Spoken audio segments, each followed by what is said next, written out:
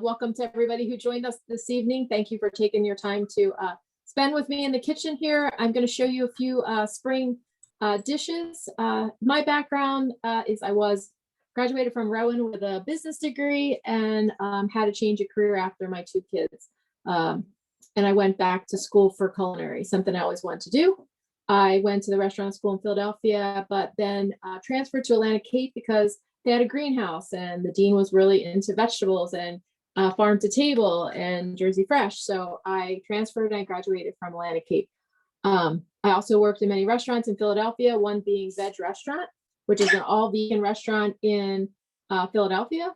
And I worked at a few other ones also in Philadelphia as well. Some vegan, some not vegan. So I've kind of traditionally trained plus have my plant-based background. I have a certificate from eCornell, plant-based nutrition, and I've worked a lot with the American Vegan Society.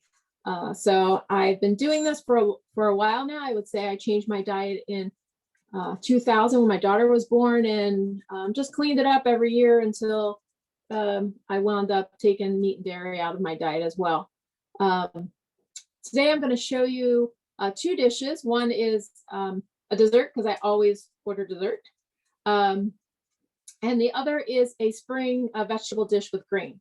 So I like to show recipes that you can change up ingredients. So if there's something in it that you don't like, my recipes always allow that you can change. And I'm going to show that as we go along. We're going to start with a grain dish that's made with, I'm doing it with polenta. And you can do it with whatever grain you like. It can be done with farro, quinoa. I'm doing polenta because lately I've been enjoying it. And I kind of go on spurts where I like a grain and use it for a little while, and then I'll switch and I'll go to farro or quinoa. I also eat gluten-free. I've did that since October just for my own health reasons. So I try to stay away from the wheat. So I'm going to add some water to my pan, and I have the polenta.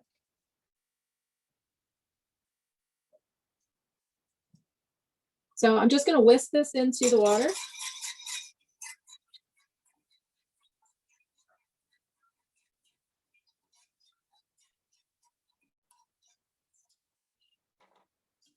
And sometimes I even eat this for breakfast. I'll put maple syrup and pumpkin seeds on it for a quick porridge in the morning. I've also made it and spread it out on a sheet tray, cut it in blocks, and use that in a dish as well. I'm going to put a pinch of salt.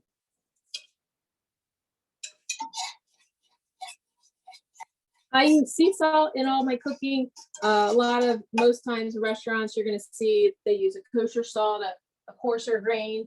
Pink Himalayan salt is really nice too to use. And those specialty salts you can find like at online, of course, but for the pandemic, I would go to like a Trader Joe, TJ Maxx or Home Goods. They always had really nice salts.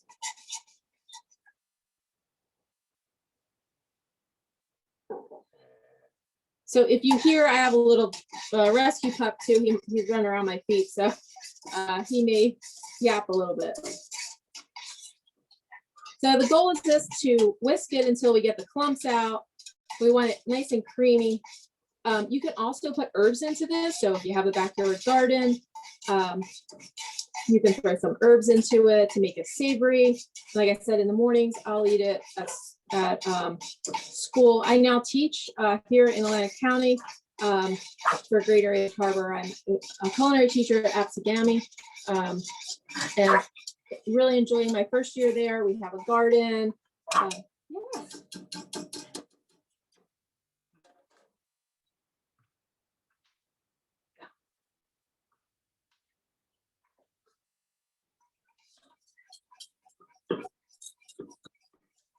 So this is going to cook for about 10-15 minutes.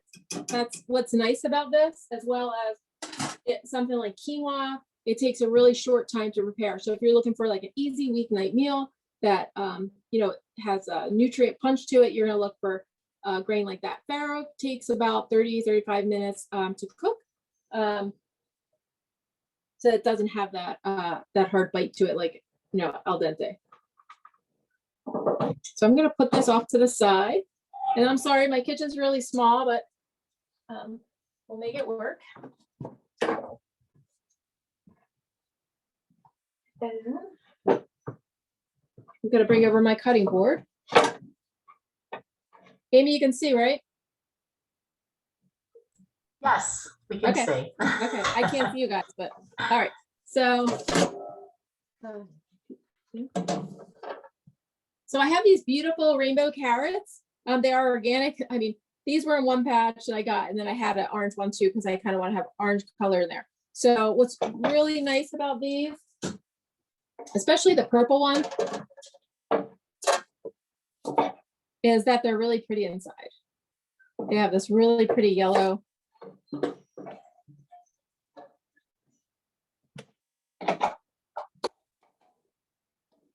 So whenever you're cutting, if you have something big like this, you want to cut it down so that's more manageable, easier to cut. And then if they're organic, which these are, I don't peel them. But if you're going to use conventional, you might want to peel the skins off. So you can see how pretty they are inside. And these you can usually find at the farmers markets in the summer. The different color carrots, you'll find different color cauliflowers. And my last class that I did this in, they asked me about the taste. To be honest, to me, they all taste the same, no matter what the color is. It's kind of like cauliflower. If you see the purple or the orange ones, they seem to have the same flavor as the white. This yellow one, I actually made these for my lunch today at school with some roasted mushroom, and I put it over lentils. And the students, when I baked the carrots, they thought they were French fries.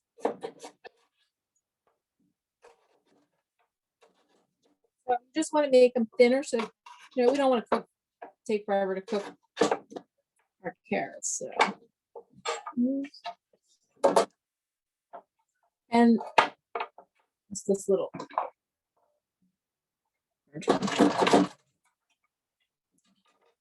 So we're going to put them on a sheet tray. If you can see, I have a sheet tray lined with parchment. And I apologize, I usually use unbleached parchment, but I ran out and I had some white left over from photography because I use the white for take pictures on. So I'm going to put them on a sheet tray along with onions. My onion scraps and my carrot scraps, I'm going to keep them in the freezer. I keep them in a plastic bag in the freezer to use for stock. If not, I also compost and I keep that in the refrigerator, my compost in the refrigerator till I'm ready to bring it outside. So I'm just gonna slice up.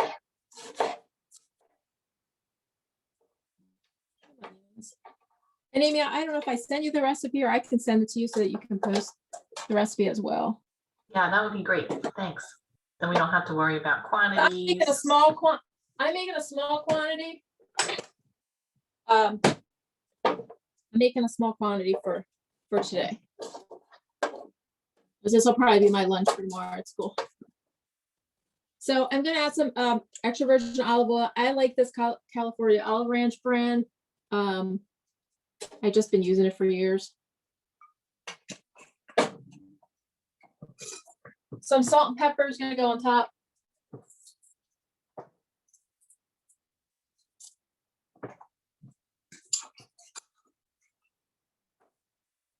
And that's it for the carrots. The carrots and onions are gonna go in, there they are.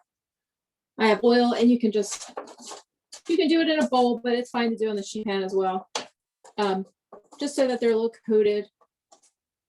If you don't use olive oil, because I know a lot of people don't use olive oil for health reasons, you can use broth, just something to wet them so that they don't get, kind of dehydrated in the oven. So you need something to just coat them. So if you want to use stock, you can use vegetable stock, salt and pepper. Any kind of herbs that you want to put in there as well. Dried thyme's really nice on it. And they're going to go in the oven at 375 until the onions get golden and the carrots are tender. A quick question for you, Christina. Mhm. Someone asked if you can really use that onion skin for stock. I do, as long as it's not dirty. Mhm. Yep. If it has any kind of dirt on it, like if they're organic, then I'm okay with it. But and normally we strain our stock anyway. So but if it's really dirty, I won't use it.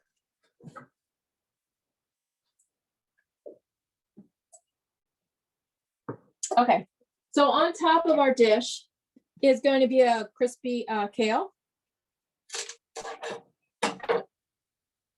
And almost like a kale chip. So I'm really just going to break these down into bite-sized pieces. I want to take the stem of the thicker ones off.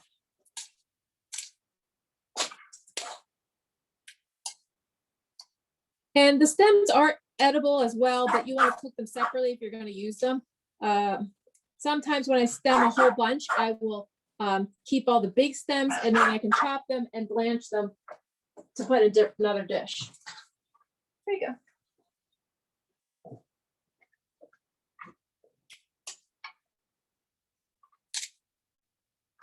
All right, so I have them all in bite-sized pieces.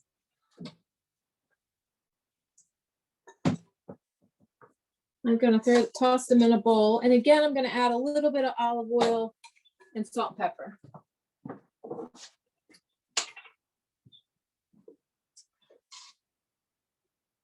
Just a drizzle. I don't want them drowning in oil.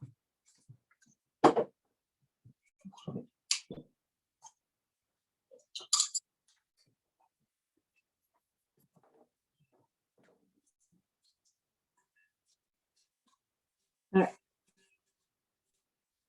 So these are going to go on a sheet tray in the oven. I'm just going to add them in here because they're going to crisp up fast for me.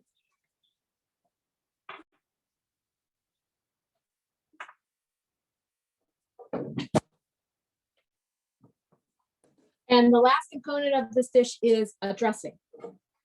And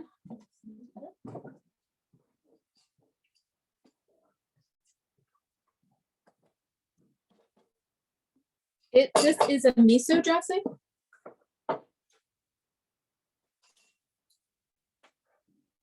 And it's made with miso. So this is white miso that I'm using. And I'm going to use about 2 tablespoons of it.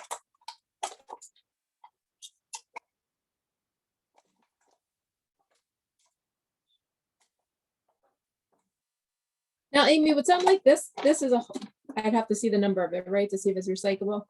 It says it, I believe it's 2. Yeah, well, in Atlantic County, we're saying the top's got to be smaller than the bottom. Oh, for every bottle, the top has to be small. Okay. Yeah, that maple syrup would be good though. Okay.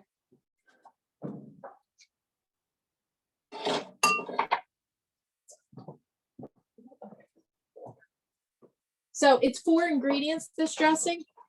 It's the miso, water, maple syrup, and a little splash of apple cider vinegar. The miso is salty, so we're not going to add any salt to it. Hang on, Theo has to go outside.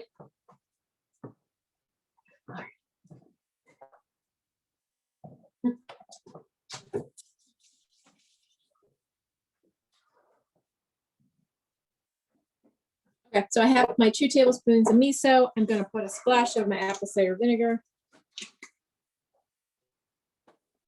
And I'm going to put a splash of maple syrup. Now, if you like honey and you do honey, you can put honey in this. I just don't use honey.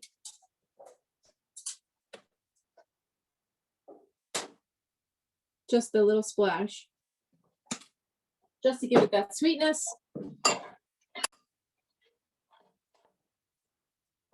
I'm going to mash the miso so that it dissolves in that little bit. And I'm going to add water as needed to thin it out.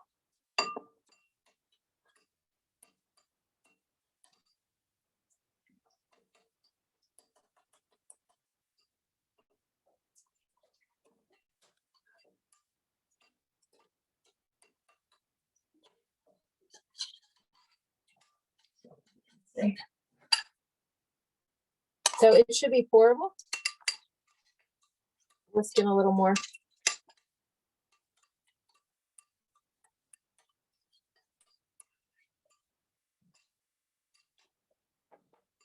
It smells really good.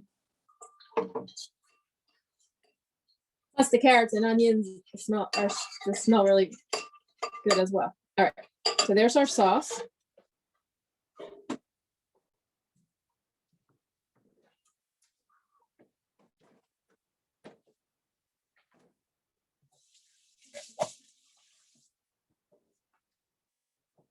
Okay, so now we're about ready to get everything together. So I have this dish that a woman in Summers Point Pottery Therapy makes these dishes, and I had her make me a set, which we love, and now we call this the chef bowl.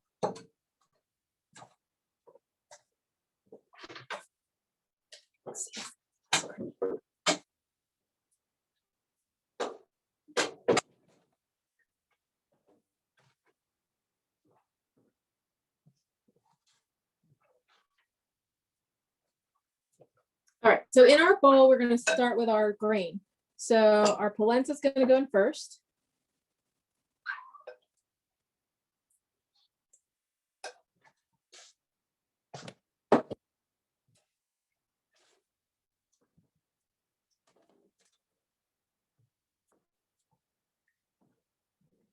On top, I'm going to add all the carrots and onions. This is a set that I had done earlier before we started of the purple carrots, orange, and yellow carrots. They're going to go up on the dish.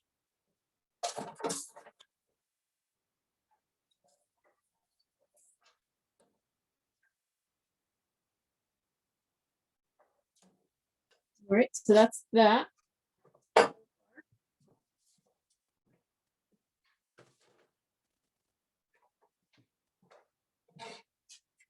Now our kale, let's see if it's ready. Doesn't usually take real long to crisp up.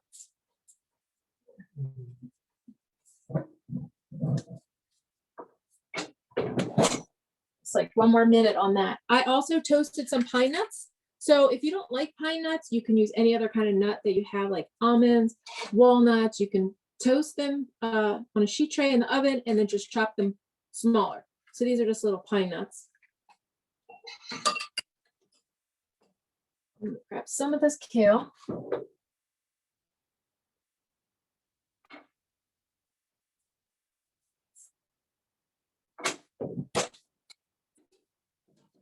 On top, we're going to put our crispy kale. And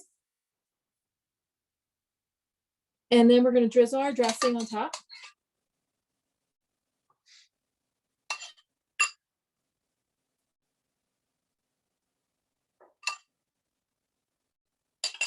And finish it with some sesame seeds would work on here too if you don't want to use a nut, but here's some pine nuts on top.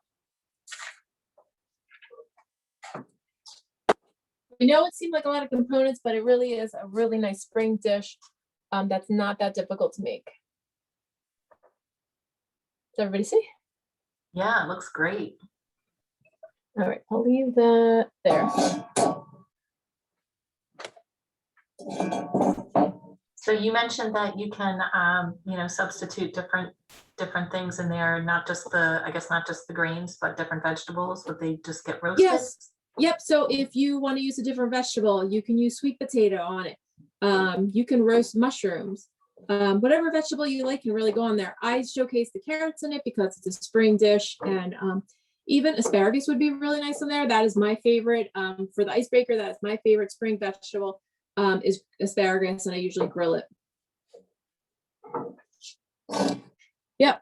Same thing with, well, the kale, if you want something crispy on top, so you have the texture of the creamy of the polenta and then the crispy of the kale. You could just do sauteed greens on top as well.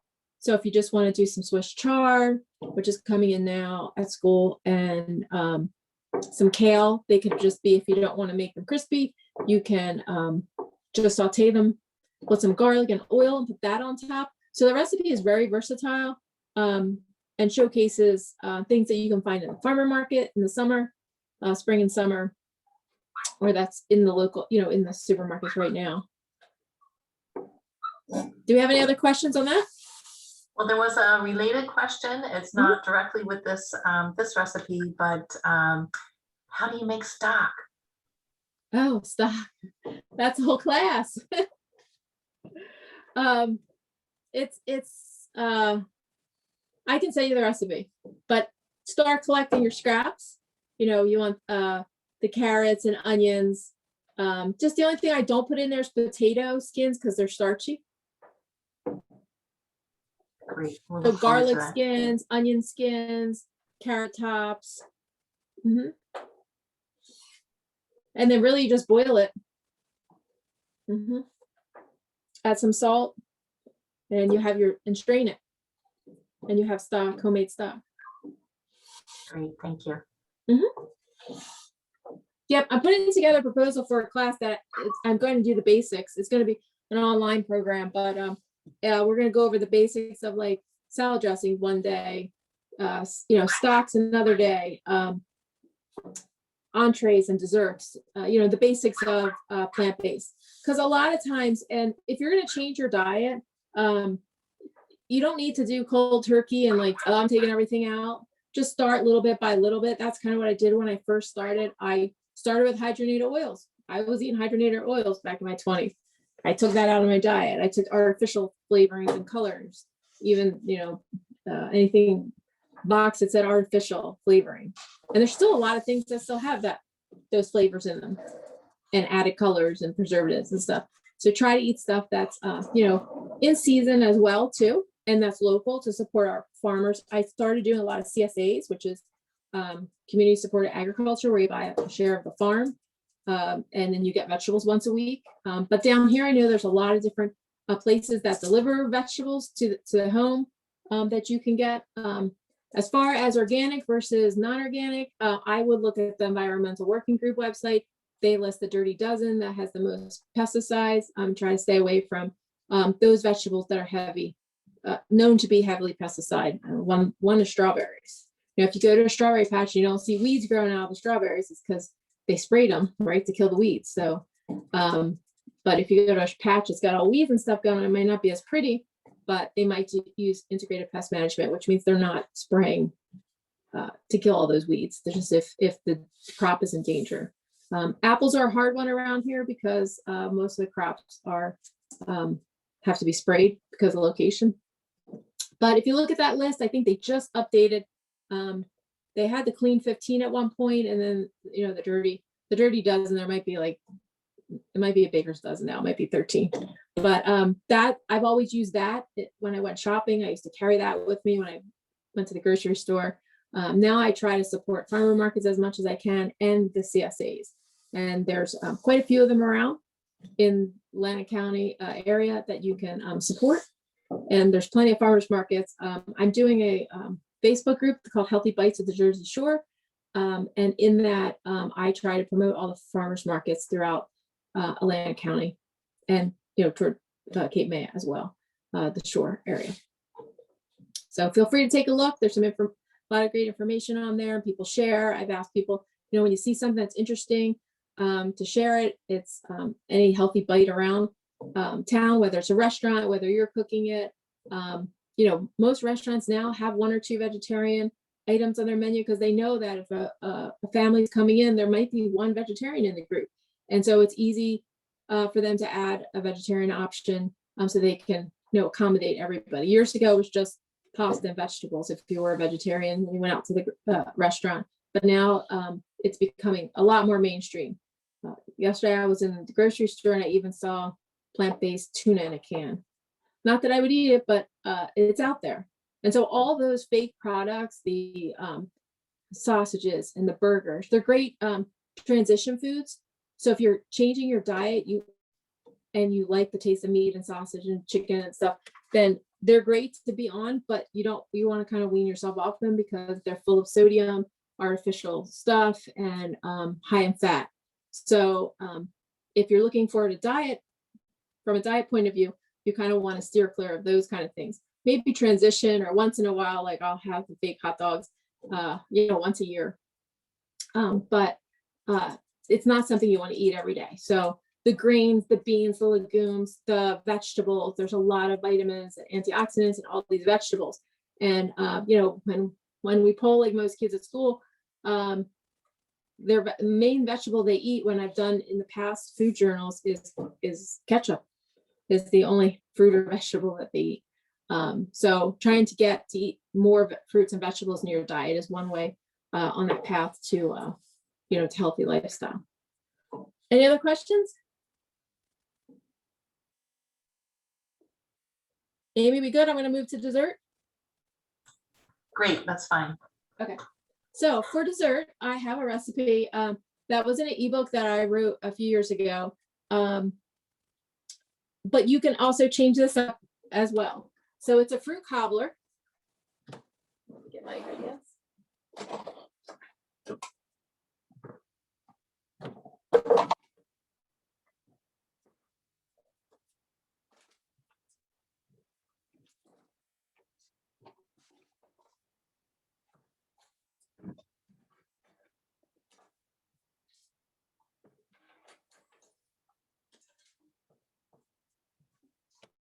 right. So it's a fruit cobbler, and again, you can change this up with the fruit of your choice. So I have these little wild blueberries that I'm going to use, and I have this little casserole dish. Normally I make it in like an 8x8, like a brownie dish, but I cut this in half, so it's just like, a small serving, so I can bring it to school. Yes, do you want another treat? All right, let's give you a treat.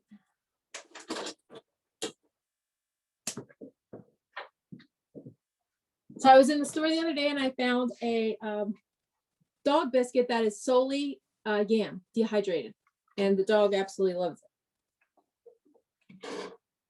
So I have my blueberries in the dish. You can put them in a bowl if you like.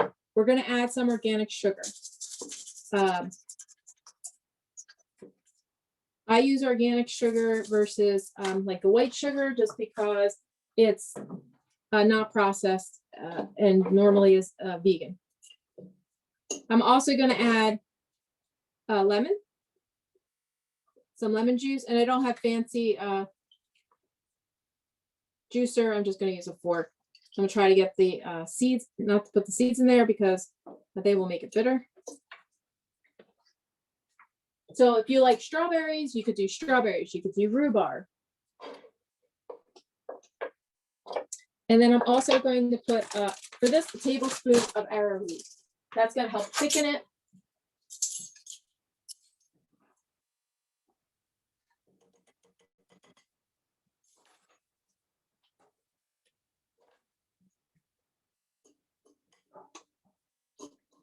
All right, so I have my arrowroot, my lemon juice, my blueberries in there. Set that aside. And I'm going to make the topping next. So in our topping, I have oats. And if you're gluten-free, then you just want to look for the certified gluten-free oats. I'm going to add some flour. Now it's up to you. I do it with usually a gluten-free flour. You can just use straight all-purpose flour. This one I actually am using today is almond flour. So I either use a 1-to-1 kind of flour or an almond flour. I have coconut sugar. And the reason why I use coconut sugar in the topping is, first, I already put some of the regular sugar in the blueberries to make them sweeter. Is that it gives it an earthy taste. It's a little bit lower in the glycemic index, but it's also it's sugar, right? If you're looking at it from a diabetic point of view. So I want to mix that together, but I just like the earthy taste of it. And then I have something called Earth Balance. It is a vegan butter spread, and it's melted in the kitchen. It melted a little bit, but we're just gonna.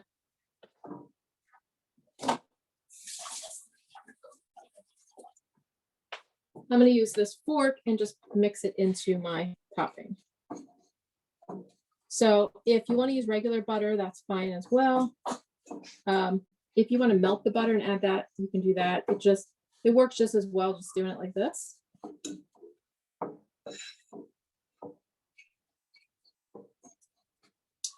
So I'm gonna mix all this together.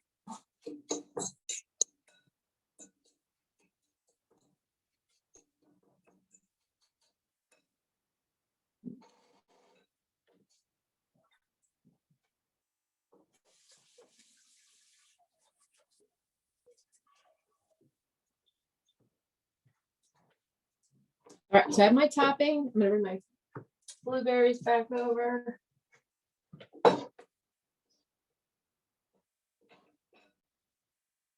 And then I'm just gonna put this on top.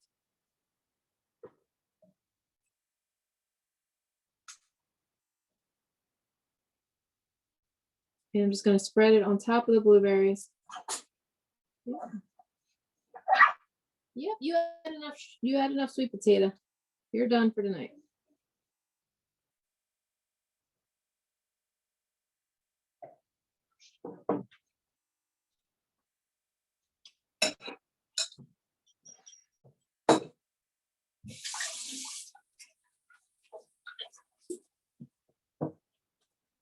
All right, so then this is going to go in the oven.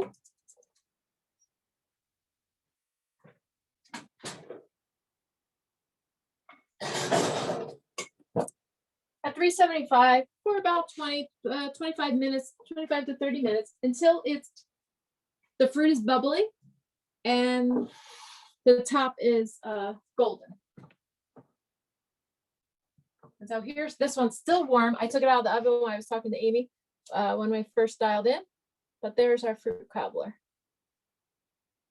So you can serve this in the summer with ice cream. There's many vegan brands of ice cream out there. Just look for ones that are a little bit lower in fat because it's still has as much calories and fat as regular ice cream. It just doesn't have the dairy in it. So they have new oat milk ones out. There we go. You can also use a Ready Whip. There is processed almond milk like this that they make. I used this for a class a week or so ago. So you can put that on the top. But yeah, it makes a really nice summer dessert. You can make them in individual ramekins, so each guest could have their own. Or like I said, I usually make it an 8x8. This little baking dish makes a smaller size as well. Looks beautiful. Thank you. Do we have any other questions?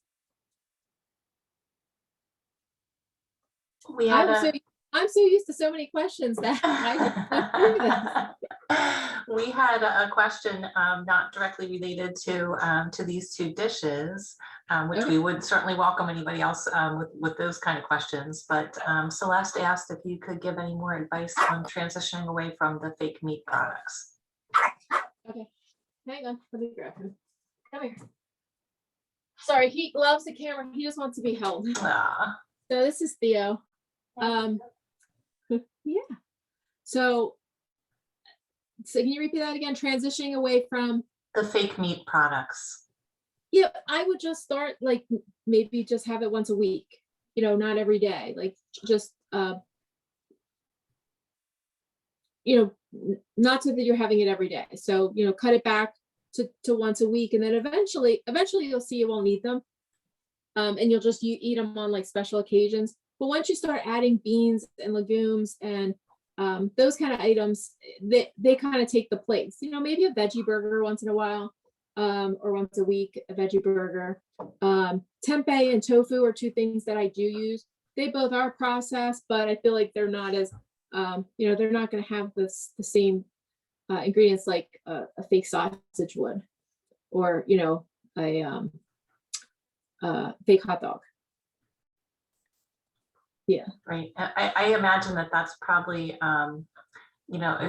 it's a process that probably happens kind of naturally once you get more comfortable cooking without meat. Like you mentioned, right. You're adding beans, you're adding other things, and you're finding your way. But I think it probably is a challenge, when you're first, making that kind of change. So right. So if you're starting with like, I do a lot of like Mexican food or Indian food where I can do the beans and the rice, and my kids really like Mexican night, doing refried beans, and then all the fixings are normally, other than the cheese, are all vegan options. And then Indian food, we do a lot of like chana masala with chickpeas, lentil dishes, curry dishes, curried vegetable dishes, So you have the rice, and yeah, it does take. I mean, this did come together pretty quick, but you know, once you start doing all the time, you'll see it does. You know, you don't have to cook for hours, and you don't have to do. Go ahead. You don't have to do beans from dried. You know, you can start with the canned beans.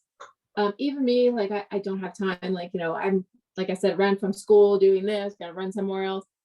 So yeah, I'll have a can of chickpeas in there. And I started when I first started the mock chicken salad and mock tuna salad I did with chickpeas is when I transitioned. So I would take chickpeas, mash them in either by a fork or put them in the food processor, and I would add celery, onion, same thing you would add to chicken. So chicken, I would add like thyme and celery, onion, and then I would put a vegan mayo in it.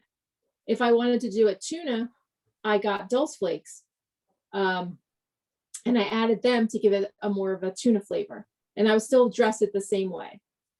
So those kind of little things, like you could do chickpea salad, like melts in on bread. You know, you can grill it.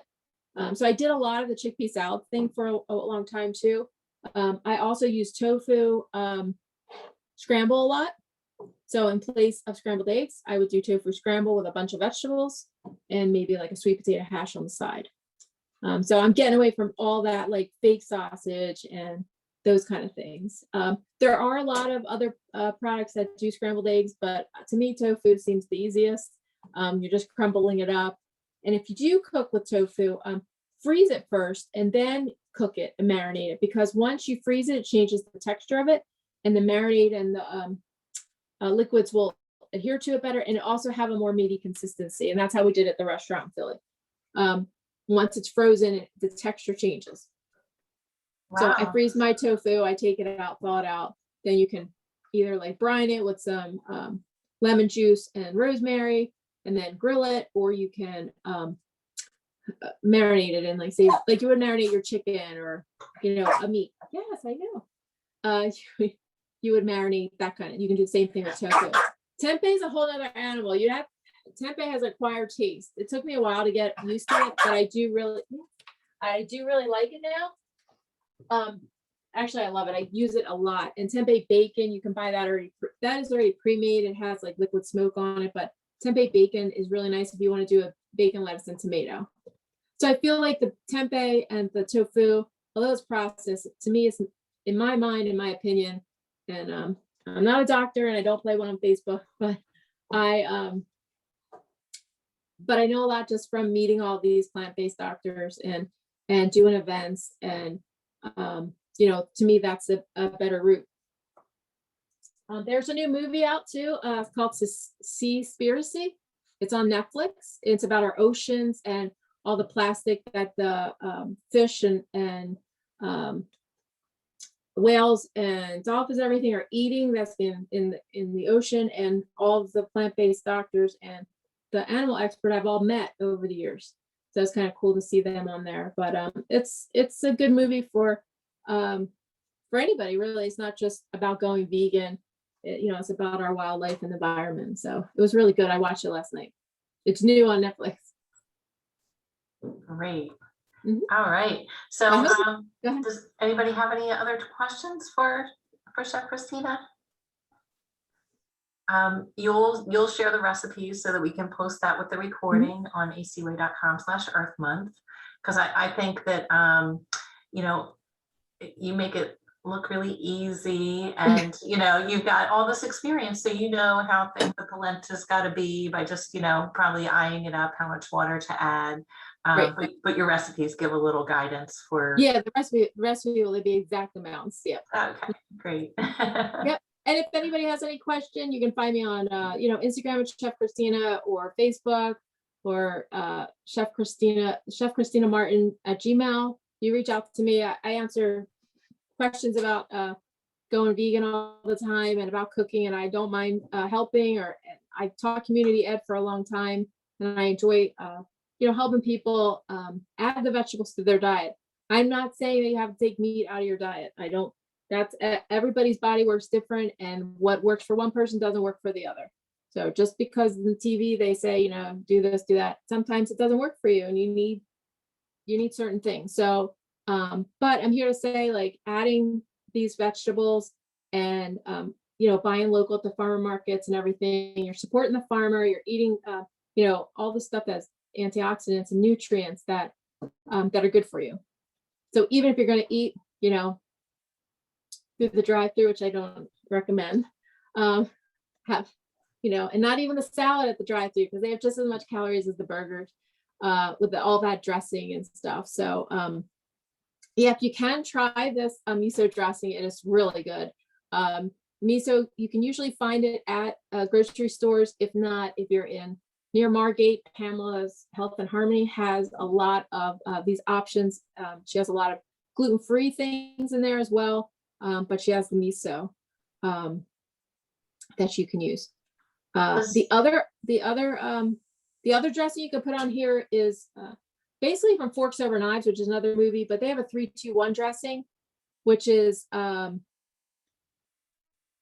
parts vinegar. There's no oil in it. 3 parts vinegar, 2 parts mustard, and 1 part maple syrup.